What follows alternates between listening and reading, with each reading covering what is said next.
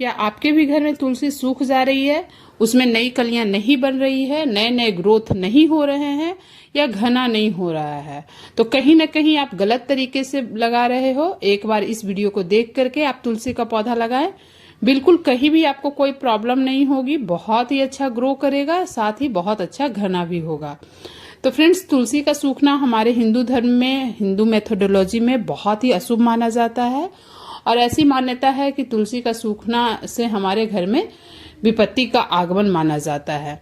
तो फ्रेंड्स, अगर कई बार ऐसा होता है कि हम गलत तरीके से भी लगाते हैं जिसके कारण तुलसी सूख जाती है और इसमें जो भी है फंगस वगैरह लग जाते हैं और जिसको हम घबरा जाते हैं कि कहीं ऐसा तो नहीं है, हमारे घर में कोई प्रॉब्लम तो नहीं आ रही है, बट ऐसा कुछ नहीं है। कई बार फंगस वगैरह से, ओवर वाटरिंग वगैरह से या फिर गलत तरीके से लगाने से आपका पौधा सूख जाता है। तो फ्रेंड्स, आज के वीडियो में मैं बिल्कुल सही तरीका बता रही हूँ जिसमें ना ही आपको खाद देने की जरूरत पड़ेगी, ना ही आपको ज्यादा मिट्टी लगेगी और साथ ही बहुत कम खाद में और आपको जो पौधे की ग्रोथ के लिए जो एक्स्ट्रा एनर्जी चाहिए वो सारी चीजें आपको एक ही बार मिल जाएगी। कोई भी आपको एक्स्ट्रा केयर की जरूरत नहीं पड़ेगी और तुलसी आपका बिल्कुल घना हो जाएगा। तो फ्रेंड्स, सबसे पहले बात जो आती है कि तुलसी को लगाने के लिए कैसा गमला चाहिए। तो वैसे तो तुलसी का पौधा जो होता है छोटे से गमले में भी ग्रो हो जाता है, छोटे से ग्रो बैग में या छोटी सी मतलब कहीं भी आप लगाइएगा तो हरा भरा रहता है। लेकिन परफेक्ट जो पॉट साइज होता है वो तुलसी के लिए मिनिमम आपको 12 इंच चाहिए। बड़े, ज्यादा बड़े का भी जरूरत नहीं होता है। और छोटे में क्या होता है कि कई बार इसके रूट्स अच्छे से ग्रो नहीं होते हैं जिसकी वजह से भी सूख जाते हैं। तो 12 इंच का गमला आपको रखना पड़ेगा। उसके बाद क्या है कि गमले में नीचे लेयरिंग के लिए मैंने सूखे पत्ते डाला है, वो मंचिंग का भी काम करेंगी और आपका जो है जब तक रूट नीचे तक जाएंगे तो वो डिकम्पोज होके खाद बन जाएगा। उसके बाद थोड़ी सी मैंने मिट्टी की लेयर डालकर उसमें मैंने डाल दिया है सूखे पत्ते या फिर किचन वेस्ट कंपोस्ट डाली हूँ। लेकिन किचन वेस्ट कंपोस्ट में मैं इस बात का बिल्कुल ध्यान रखती हूँ कि जो मेरी धार्मिक मान्यताएं हैं तो उसमें प्याज लहसुन वगैरह के छिलके मैं नहीं डालती हूँ। तो आप देख सकते हो मैंने कोई भी प्याज लहसुन के छिलके नहीं डाले हैं। इसे मैं छांटकर अलग ही हटा देती हूँ, तभी मैं तुलसी में डालती हूँ क्योंकि इसकी मैं पूजा भी करती हूँ। अब जब बात आती है मिट्टी की, तो मिट्टी जो हम लेते हैं वो नॉर्मल सॉइल लेते हैं, गार्डन की कोई भी मिट्टी। इससे क्या होगा कि जो आधे बकेट मैंने भर लिया, आधे गमले भर लिए थे, तो आधी में ही मिट्टी मुझे चाहिए, ज्यादा मिट्टी भी नहीं चाहिए। और इसमें जो भी पौधे के ग्रोथ के लिए एनर्जी चाहिए वो सारी चीजें अवेलेबल होते हैं।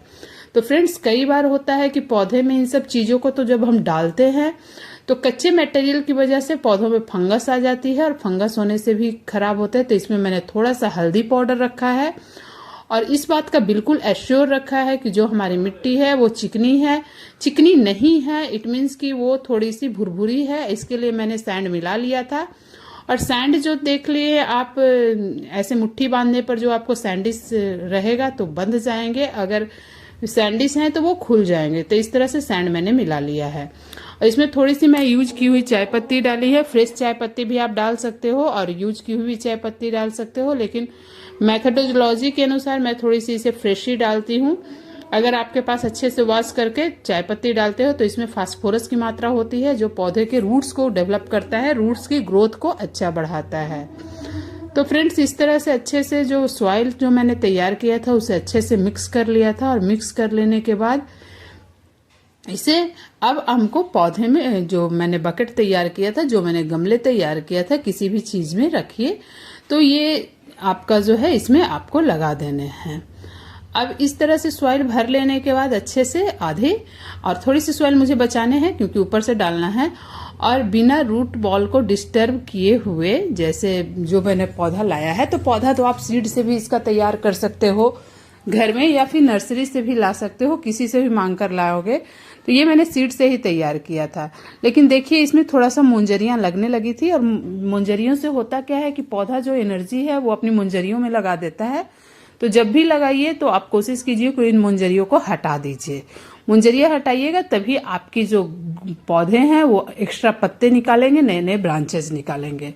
और बिना रूट बॉल को डिस्टर्ब किए मैंने इसे आसानी से निकाल लिया था पॉली बैग से, और पॉली बैग से निकाल लेने के बाद थोड़ी सी ऊपर की मिट्टी हटाकर मैं इसे गमले में शिफ्ट कर दूंगी। तो फ्रेंड्स, इसके साथ ही इसके साइड साइड में जो भी मिट्टी मैंने बचाया था उसे भी भर देने हैं। तो इस तरह से देख सकते हैं मैंने मिट्टियों को भी भर दिया है। और भर देने के बाद अब हमको इसमें क्या करना है कि अभी के समय में पानी डाल देना है। तो अच्छे से जब भी पौधे लगाइए अच्छे से पानी डालिए, क्योंकि इसके बाद लगभग 7 डेज तक आपको पानी नहीं देने की जरूरत पड़ती है और 7 डेज तक आपका पौधा बिल्कुल सेट हो जाता है। और सेट होने के बाद ये जो होता है तब आप पानी भी डाल सकते हैं, तब आप गुड़ाई भी कर सकते हैं। बिल्कुल पौधे शिफ्ट होने पर बिल्कुल नहीं मरेंगे।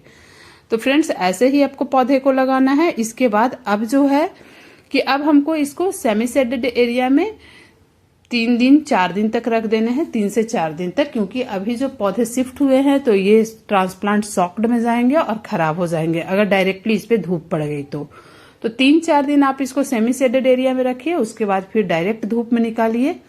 7 डेज जब हो जाए लगभग, तो आप देख सकते हो अभी तक जो ये पौधा है इसमें बिल्कुल मैंने कोई भी पानी नहीं डाला है। कोई भी पानी इसमें मैंने ऊपर से अभी तक नहीं डाले हैं। शेडेड एरिया में था और पौधा बिल्कुल सेट है। अब हमको क्या करना है कि इसकी हल्की हल्की गुड़ाई कर देनी है। और हल्की हल्की गुड़ाई करने के बाद पानी जब ऊपर से सूखी लगे तभी पानी आपको हमको डाल देने हैं। और इस तरह से इसको अब पूरी धूप में रखना है। फ्रेंड्स, जो तुलसी का पौधा होता है वो बिल्कुल समर प्लांट होता है। समर में इसकी ग्रोथ बहुत अच्छी होती है, लेकिन ठंड के मौसम में ये डोरमेंसी में चला जाता है और ये पौधा बिल्कुल खराब हो जाता है। तो ठंड में हमें एक्स्ट्रा केयर की जरूरत है, लेकिन गर्मियों में ये बहुत अच्छा ग्रो करता है और आपके पौधे में बिल्कुल भी कोई प्रॉब्लम नहीं होगी। तो किसी भी मौसम में अगर आप पौधे को ट्रांसप्लांट कर रहे हैं, शिफ्ट कर रहे हैं, तो आपका पौधा इस तरीके से लगाने के बाद बिल्कुल भी न्यूट्रिशन से भरपूर होगा, बिल्कुल बहुत अच्छा ग्रो करेगा और बिल्कुल नहीं सूखेगा। तो फ्रेंड्स, आशा करती हूँ कि ये सारी जानकारी आपको अच्छी लगी, यूजफुल लगी। तो वीडियो को जरूर लाइक करें, subscribe my channel, keep gardening, stay connected. Thank you.